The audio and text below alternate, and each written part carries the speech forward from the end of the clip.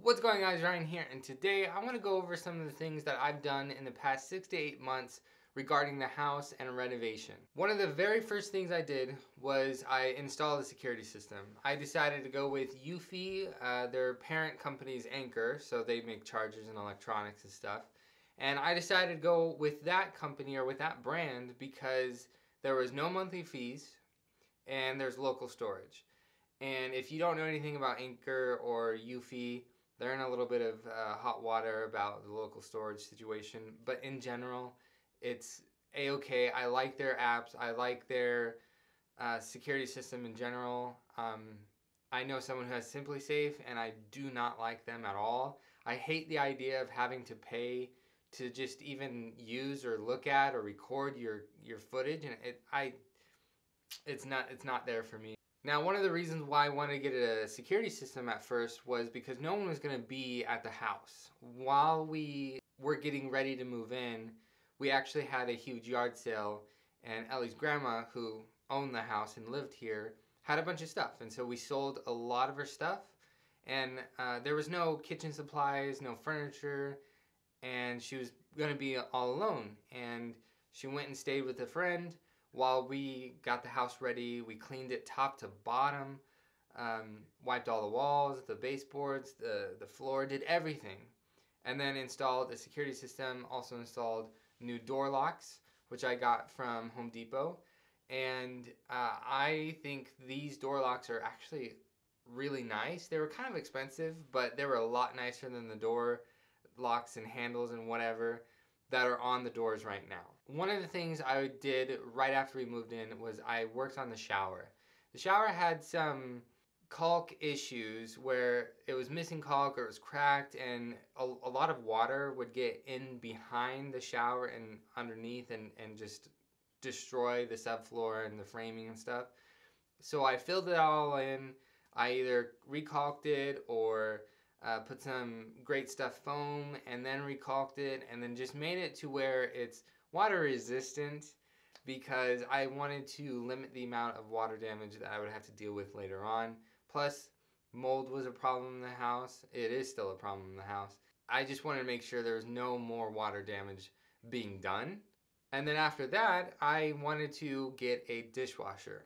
Her grandma had a dishwasher. It was a portable dishwasher, but she never used it, and I don't know if she ever used it or used it a few times, but if it just sits there not being used after, one use in like 2 years ago, mold grows, and it got so bad that I didn't think that I would clean it very well, and it was just going to be really hard to do it. So I decided to get rid of it and get an actual dishwasher. I found one for free on Craigslist, and I talked to the person. I said, hey, I'm really interested. I'm going to pick it up today. So I had my sister, who had a bigger car than me, go pick it up and bring it to me. And I don't remember if I paid her any gas money, but I could have given her 20 bucks or something for it. Regardless, this dishwasher only needed a few parts. Now, after buying the parts and then diagnosing what the problem was and buying one more part and fixing it and installing it, it cost me around $170 roughly, depending on how you calculate it and whatever. I don't remember exactly, but I also had to redo the piping underneath the sink because the dishwasher that Grandma had didn't hook up to the sink. Like, it didn't have a drain into the drain pipe under the sink. It had its own system. So I converted a cabinet into a dishwasher, reinstalled, installed new piping, and all of that is said and done, and now we have a good KitchenAid dishwasher that was very, very cheap. Now, a few things I did before we moved in and after, and actually recently, was I replaced some light switches and or outlets, and one of the light switches I replaced was our I don't know how to explain it, but it's the light switch controlling the exterior light at the front door. The light bulb that was in there had a light sensor, and I don't know how that works, but it went out, and I don't want to buy a light bulb when I have a bunch of light bulbs. So I just decided to buy a timer switch and installed it, and it works great. And I think that was one of the more complicated things I had to wire up, but it was fine, it works. And you can set it 7 days a week, different times of the day. even sporadic, just random. So you can put it as an interior light switch, but I just have it as an exterior light switch right now. And while some of this was going on, I decided to start on the laundry room renovation. That was one of the biggest projects that I started, the first big project I started, because our AC went out.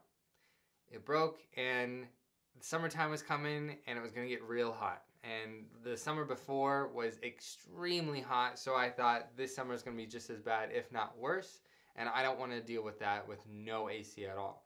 So let's get this thing fixed. We might as well move the unit, the inside unit, so that when we do our new unit, the laundry room is a little bit bigger and the washer and dryer can be moved and whatever, because it was a kind of a bad layout in the laundry room. And so I took the time to move some duct work over, replace the subfloor, replace the insulation, take down the drywall off the walls, replace that insulation, move a load-bearing wall over, which then I had to put a beam underneath in the floor and then do some more foundation work. And all of that I did, but I didn't finish the room at all. The room is still unfinished, but it's a project that's going to be ongoing for a little while. But I did start it, and I did do a lot of the work so far with just me and my dad and a little bit of help from Ellie. And with home renovation and with just home ownership, it seems like something bad happens after another, and it kind of just keeps going. While that was kind of going on, the main bathroom toilet started to leak.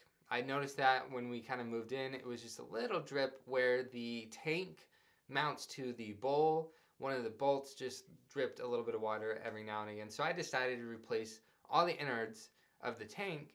And I don't know if it was the way the product I used, or if it was just the toilet in general, but it didn't want to flush properly. So most of the time it didn't want to flush at all. Sometimes it flushed fine. Sometimes you had to flush it 3 times to do it. But I thought, you know what, I'm going to get rid of this toilet. I hate it. It's dumb. It's time to get it out of here. And luckily, I found the same exact toilet in our other bathroom at Home Depot, and it was on sale, and it was pretty cheap actually, and I liked the design. I liked the toilet itself. And what do you know? Bought it, installed it. I had to fix some of the flange, like the piping, I don't know what it's called, from the toilet, because it was all rusted out and it wasn't level, and I actually had to do some subfloor work too. It just amazed me that the toilet was sitting there and it was okay. But I installed a new one. It looks great. Flush is fantastic. I could probably put a whole roll of toilet paper down and it would be fine. So after getting the HVAC system replaced and we kind of calmed down a little bit, I wanted to start working outside in the front yard because I needed to get the front yard prepared for our dog Major, who stayed with Ellie's parents for a long time while we were up in Ellensburg, while Ellie was in college and whatnot.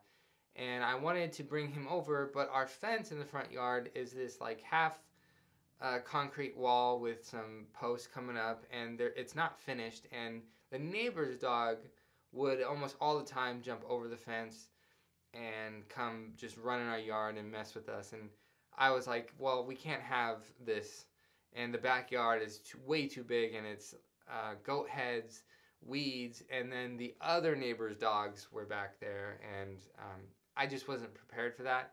So I decided to move some of the fence from the backyard into the front yard.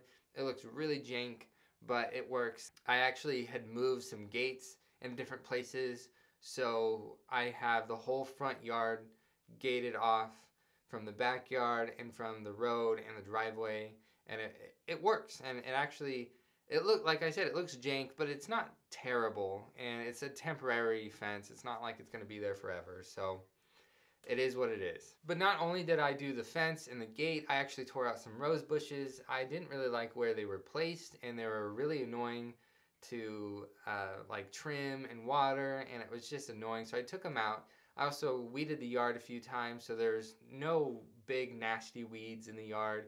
Obviously some dandelions, which are fine, but some prickly ones out of there, and I kind of leveled some areas and filled in a hole, and yeah, the yard actually looks pretty good, not gonna lie. And then I wanted to get my studio set up, which is where we're at right now.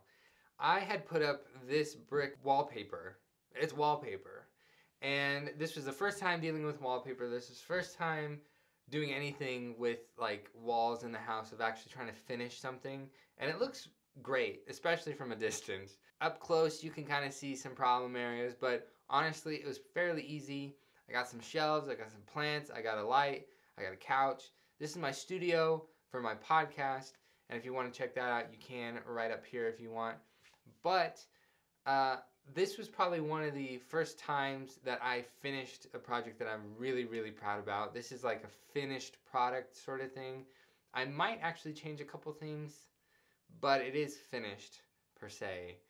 It's not like I will later down the road have to redo it, or, you know, it's not so temporary. This is kind of permanent. And to connect this next one with getting Major, the dog, is that we wanted to have him sleep in our room with us because he's pretty clingy. And I use that term lightly, but I really mean it. He is clingy.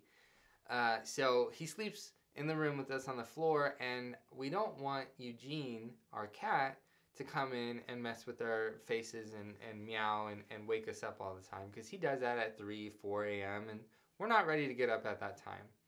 So we shut the door, but one of the problems shutting the door is that he jumps at the door, hits the knob on it, and meows and meows and meows, and you can hear it. And I wake up every single time he does that. So what I decided to do was put some towels in the front, and that seemed to knock the noise down quite a bit, especially when he would jump at the door. But the doorknob still rattles and is really loud, but he kind of stopped doing that, I think because he scratches at the towels that I put there. Also on the other side, I built this frame that has foam and just a sheet, like a bed sheet over it, and it works. And actually, the door sounds wonderful. And it works, except he is extremely loud and persistent at all freaking hours of the night. And I don't know if it's because he wants attention or if he wants food, but I feed him and I take care of him, and he just is so annoying at 4 a.m. And luckily, though, this door, DIY door situation helped out a lot. Then, wintertime started to come. So, because our laundry room didn't really have much insulation, I installed insulation. I fixed the hole in the ceiling, and I wanted to make sure that none of the pipes would freeze, because that's where our water heater's at, our washer, and I just didn't want anything to happen. So I decided that the vent near our front door didn't need to really be there, because there's enough vents in the rest of the house to keep it warm. And so I bought this other vent. It's just the rectangular vent connected to a circle duct. And I just inverted that, put the circle duct part through the wall, and it warms up the space pretty well. Outside it could be 28 degrees, but inside it's like 50, which is fine. That's perfect. And it's not like it is really more electricity, because it's already running, and if the rest of the house can stay at 65 and that room could be at 50, it's good. Our thermostat is in the hallway over here, and so it doesn't think that it's colder than it should be. So that's great.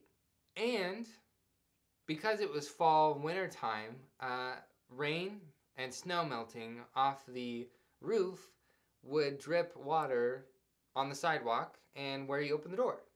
And you don't want to be unlocking the door to get inside, and cold water would be dripping on you. So I got some gutters. I tried to just do a temporary one section just to get it out of the way. And then I bought a whole bunch to do the rest of the house. Well, I didn't have enough because I didn't measure right.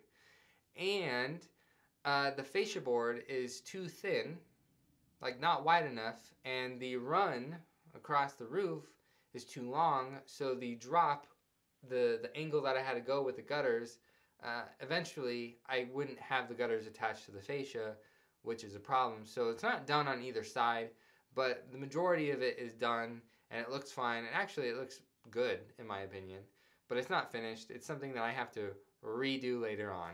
Then one day I heard a water sound, like it was spraying, like leaking water. Turns out it was our bathroom in our bedroom that the vanity, a pipe behind it, was leaking. Had a little tiny hole.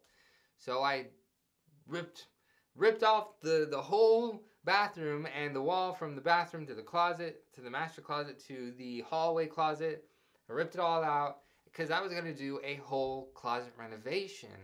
Well, after I ripped it all apart, I found out that the water damage is so bad that I have to replace the subfloor and the base plate of the wall between the now closet to the existing bathroom. And that is the only bathroom we have. And if I take it off, I can't redo everything because all the pipes come through the base plate. So what do you know? I'm stuck. Now I have to go to the laundry room renovation and finish that bathroom that we're going to put in there to then finish the closet. But before I can do the closet, I have to rip out the bathroom and do blah, blah, blah. So I started a new project and it's just sitting there. I'm still glad that I did it. I did end up changing my mind several times. It seems like I do that every project. But in the end, we still have separate closets in different rooms, and it's working out, and Ellie seems to be okay with it. She said that she can deal with it for the time being.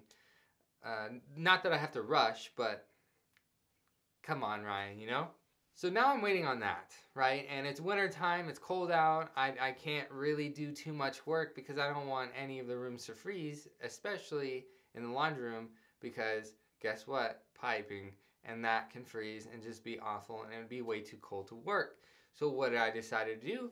Get a shop heater in the shop installed so that I can work out there, either on our cars or just insulate it, because guess what? It didn't have enough insulation. It was halfway insulated, and the ceiling insulation is awful. I didn't touch that, but I finished insulating the building, the walls, and then I installed the shop heater, and I also removed the HVAC system that was in there because the furnace was a gas furnace, which we don't have gas, and the AC unit didn't work at all. I don't know what was wrong with it, but it didn't work, and I thought I want heating and air conditioning.